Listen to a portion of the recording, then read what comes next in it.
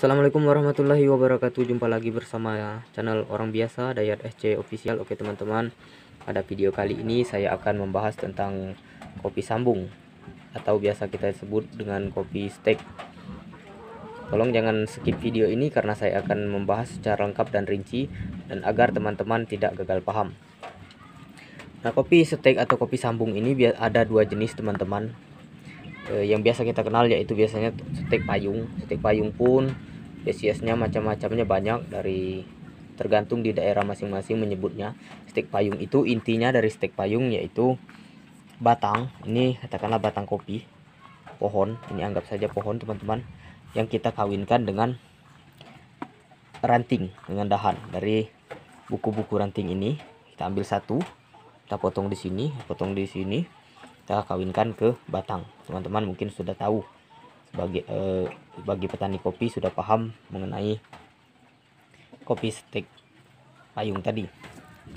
Nah, yang kedua yaitu kopi stek atau kopi sambung tunas, yaitu batang ketemu dengan batang. Jadi ini batang ini yang akan jadi objek atau jadi yang kita stek, kita kawinkan dengan tunas atau batang kopi yang berbuah lebat seandainya, lalu kita kawinkan atau bibit stek langsung. Jadi kopi sambung ini, kopi sambung tunas ini biasanya tunas ketemu tunas, sedangkan kopi stek payung yaitu batang ketemu dengan ranting. Kalau tadi batang ketemu dengan batang. Oke teman-teman, sampai di situ mudah-mudahan teman-teman paham. Bagi yang sudah sering atau petani kopi, ini sudah di luar kepala sebenarnya. Nah, ya apa yang akan saya perjelas di sini untuk teman-teman pemula khususnya. Teman-teman kalau seandainya belum melakukan penyetekan atau penyambungan di kebun teman-teman, dengan alasan teman-teman belum memiliki bibit kopi stek atau bibit kopi sambung, maka teman-teman jangan berhenti di situ. Kalau teman-teman berhenti di situ, maka itu salah besar teman-teman. Kenapa? Karena kopi sambung atau kopi stek itu tidak lahir langsung menjadi bibit stek atau bibit kopi sambung. Pasti asalnya ada yang menciptakan, asal muasal, atau pertama kali orang membuat bibit kopi sambung atau bibit stek itu tidak terlahir langsung. Pasti ada proses, ada yang menciptakan bibit itu. Nah, kenapa saya katakan seperti itu? Jadi kalau teman-teman belum memiliki bibit kopi stek atau bibit kopi sambung, teman-teman jangan khawatir, teman-teman bisa memperoleh di kebun teman-teman itu sendiri. Sebenarnya banyak bibit kopi stek itu yang bisa teman-teman peroleh di kebun teman-teman sendiri, walaupun belum pernah teman-teman melakukan penyetekan atau penyambungan sama sekali di kebun teman-teman. Caranya teman-teman amati kopi yang ada di ladang teman-teman atau di daerah perkebunan teman-teman. Biasanya dalam 1 hektar ada beberapa rumpun atau beberapa batang lah yang buahnya setiap tahunnya biasanya lumayan lebat daripada batang-batang yang lain. Nah, itulah yang teman-teman ambil rantingnya, dahannya ataupun tunasnya, nanti teman-teman sambungkan ke kopi lain. Itulah yang disebut dengan kopi stek. Kalau teman-teman tidak mau melakukan itu, teman-teman mau mengambil langsung bibit kopi stek yang sudah menjadi, misalnya stek payung yang sudah menjadi stek payung, teman-teman mau mengambil bibit dari stek payung juga lebih bagus. Stek sambung, teman-teman langsung mengambil tunas yang stek sambung yang sudah berhasil disetekkan, itu lebih bagus. Nah, pertanyaannya, bagaimana kalau teman-teman di kebun teman-teman untuk memperoleh bibit stek ini jauh, untuk minta ke tetangga kebun mereka belum melakukan penyambungan, ataupun minta stek ke daerah lain, teman-teman belum sempat waktu untuk melakukan perjalanan ke kebun tempat teman-teman mau meminta bibit. Nah, teman-teman jangan khawatir. Sekali lagi teman-teman jangan berhenti di situ. Teman-teman cukup amati di sekitar kebun teman-teman. Ambillah ranting ataupun tunas kopi di kebun teman-teman yang lebat. Teman-teman sambungkan ke kopi yang belum lebat, atau kopi yang lebat sama dengan lebat akan lebih bagus.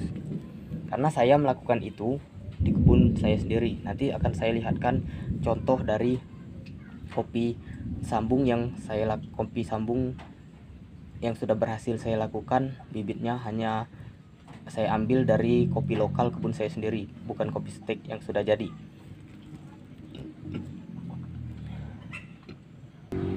Oke teman-teman, mudah-mudahan teman-teman paham.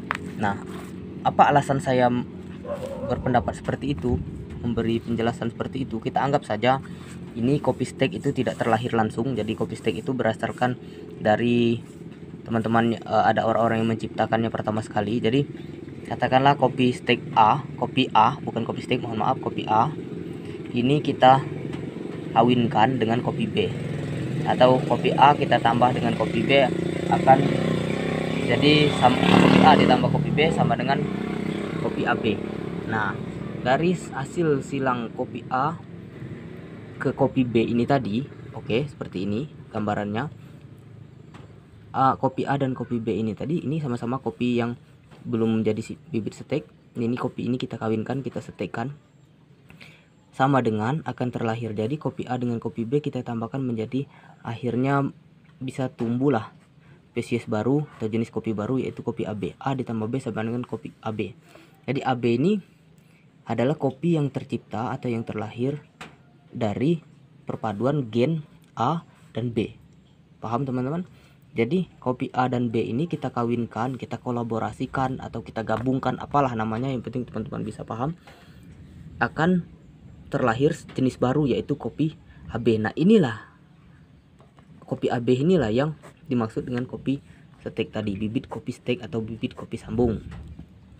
Ini berlaku kelipatan, semakin teman-teman sering menambahkannya. Misalnya bibit setelah jadi bibit stek AB ini, teman-teman kawinkan lagi, ambil tunasnya atau ambil dahannya dari hasil perkawinan silang ini tadi. Ini katakanlah kopi AB ini, teman-teman kawinkan silang atau setekkan dengan kopi C, maka akan lahir spesies baru, jenis kopi baru dari perpaduan gen AB dan C tadi menjadi kopi ABC. Ini secara gambarannya teman-teman. Ini rumus yang saya buat skema seperti ini agar lebih mudah menjelaskan tentang ini, tutorial saya ini maksudnya teman-teman. Jadi semakin sering nanti ABC ini, kopi stek ini, tunas ini teman-teman kawinkan lagi seandainya, oke. Teman-teman kawinkan lagi dengan kopi D seandainya. Jadi ini kawin silang ini akan lahir sama dengan ABC ditambah D sama dengan A, B, C, D. Nah, ini lebih kaya lagi. Spesies ini lebih kaya lagi gennya, karena perpaduan dari kopi A, kopi B, dan kopi C serta kopi D. Ini akan kaya lagi. Itu teman-teman. Begitulah mekanisme tentang kopi sambung atau kopi stek. Ya teman-teman, jangan khawatir. Oke teman-teman, sampai di sini. Mudah-mudahan teman-teman bisa paham. Nah, kopi stek ABCD ini teman-teman ambil lagi tunasnya ataupun rantingnya. Ini akan teman-teman gabungkan lagi dengan kopi-kopi lain, maka akan semakin kaya dari gen atau jenis kopi yang terlahir. Itu teman-teman. Jadi saya pernah mengawinkan atau menggabungkan kopi buah, misalnya buahnya bulat. Oke, buahnya bulat tapi tidak terlalu besar, sedang. Oke, sedang. Saya setikkan, saya tambahkan dengan kopi yang buahnya lonjong. Nah, setelah saya amati, ini saya setikkan ke sini, saya setekkan stek sambung ataupun stek payung, maka akan jadi buah yang besar dan lonjong. Ini membuktikan, riset saya ini membuktikan perkawinan kopi bulat yang sedang dengan buah bulat lonjong ini tadi akan lahir menjadi buah besar dan lonjong. Itu teman-teman. Inilah yang semakin memperkuat argumen saya teman-teman. Jadi teman-teman jangan khawatir kalau seandainya di kebun teman-teman belum ada bibit stek, belum ada bibit kopi sambung, teman-teman bisa ambil sendiri langsung dari kebun teman-teman. Nah, kopi lonjong ini, besar dan lonjong ini, saya kembangkan lagi akan semakin lebat. Jadi ya besar dan lonjong ini saya kembangkan lagi, kawinkan lagi terus menerus, akhirnya bisa semakin banyak memperkaya gen yang terkandung di dalam bibit kopi itu teman-teman. Nah, bagaimana mekanismenya? Biasa teman-teman mungkin sudah paham, atau teman-teman yang pemula yang belum pernah melakukan penyambungan. Teman-teman, biasanya ini ranting kopi, tahu dong, dahan tempat dia berbuah. Nah, inilah yang menjadi bibit kopi stek payung. Saya ambil contoh, saya akan potongkan dulu teman-teman, bentar. Oke teman-teman, ini seandainya kalau teman-teman mau melakukan kopi stek sambung tunas, ini dari tunas kopi yang lebat. Oke, teman-teman ambil, lalu teman-teman kawinkan ke kopi yang kurang lebat. Seandainya ini batang, jadi batang ketemu dengan batang, tunas kopi lebat ketemu dengan tunas kopi yang belum lebat, atau kopi sama-sama lebat. Nah, teman-teman seperti ini kawinkan. Ini rapat intinya. Ini jangan sampai ada luka yang temu lagi, ini masuk ke sini lalu diikat. Jadi intinya kopi tunas yang lebat kita kawinkan dengan yang belum lebat. Jadi ini kopi stek sambung, biasanya sambung tunas. Nah, kalau stek payung teman-teman mungkin sudah paham juga. Ini batang kita ambil, ini ranting, ini dahannya. Kita selipkan di antara kulitnya teman-teman. Cara menajamkan atau meruncinginya bisa seperti ini, atau bisa menyamping seperti ini teman-teman. Oke, ini menyamping. Kalau yang ini nah, oke, berbeda. Nah, ini menyamping sih, ini menyamping, sedangkan ini tidak. Nah, oke, tergantung cara teman-teman, selera teman-teman sendiri untuk cara menyambungkannya. Sedangkan alat-alat yang kita gunakan yaitu pisau sambung, pisau stek, dan peralatan dari kantong plastik es ini.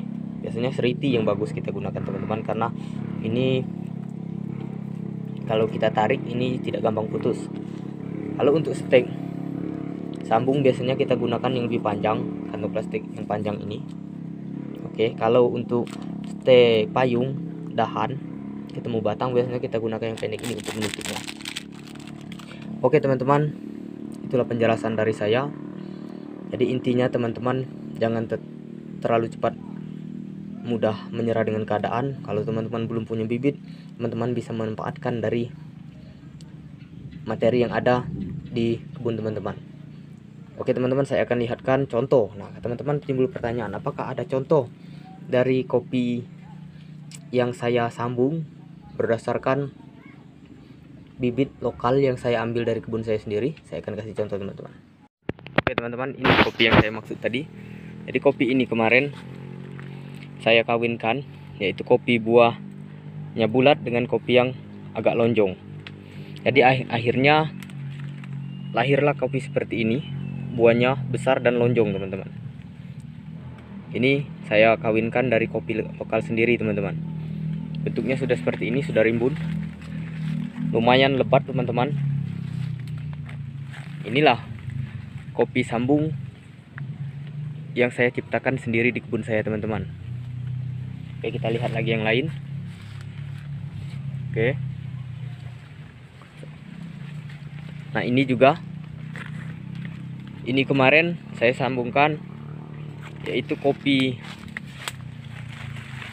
bulat dengan buah kopi yang kecil. Akhirnya kopinya sedang tapi tidak lonjong teman-teman, buahnya tetap bulat seperti ini. Kalau yang tadi kan lonjong, agak ada. Oke, bentuknya seperti ini yang bulat.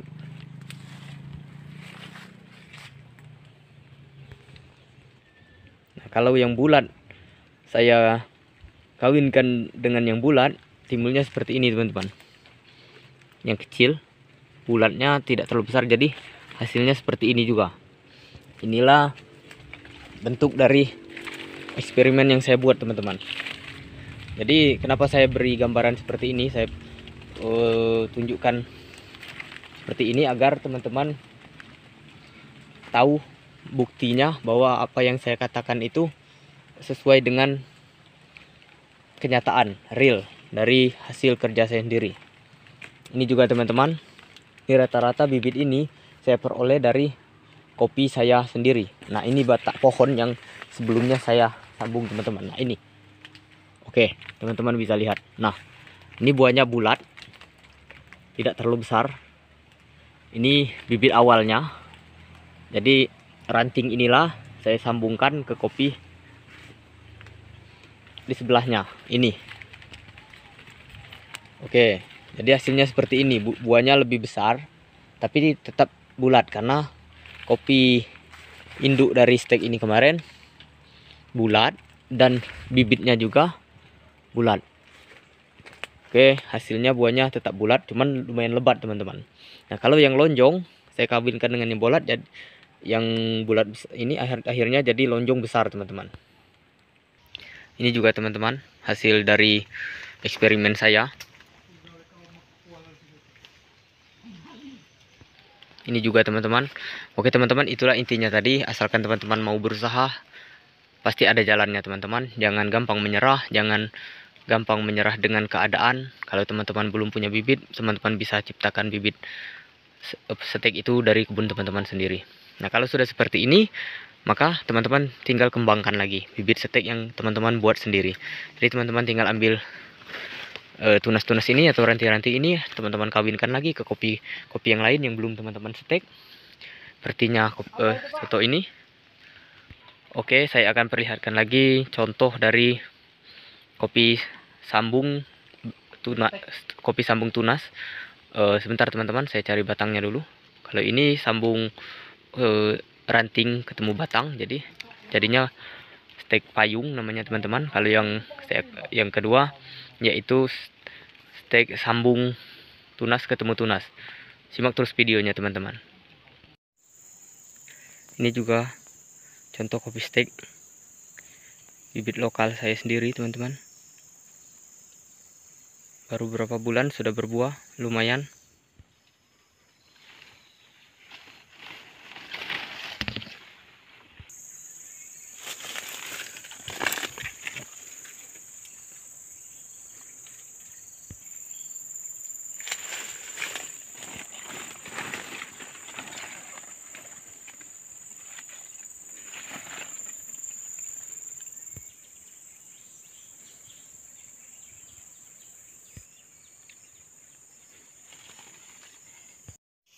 Nah, inilah contoh stek sambung tunas yang saya ambil bibitnya dari kebun saya sendiri, bukan dari bibit stek langsung.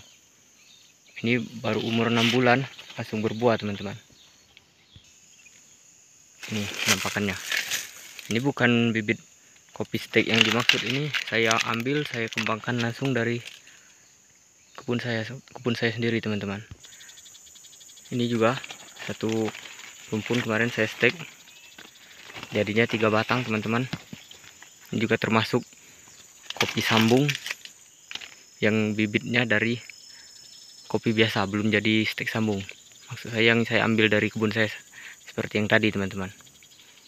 Oke teman-teman, sekian dulu video kali ini. Semoga ini bisa bermanfaat bagi teman-teman yang belum menyetek kopinya. Semoga ini bisa menjadi inspirasi. Intinya tadi, jangan terlalu cepat menyerah dengan keadaan. Manfaatkan potensi yang ada di sekitar kita. Siapa tahu itu permata yang belum digali. Seandai kata teman-teman belum punya bibit stek, teman perhatikan kopi-kopi yang lebat di sekitar kebun teman-teman. Itu bisa teman-teman jadikan bibit stek. Silakan dukung channel saya ini dengan menekan subscribe dan nyalakan tombol loncengnya agar teman-teman tidak ketinggalan video terbaru lainnya. Dan silakan share and like. Terima kasih. Assalamualaikum warahmatullahi wabarakatuh. Dadah.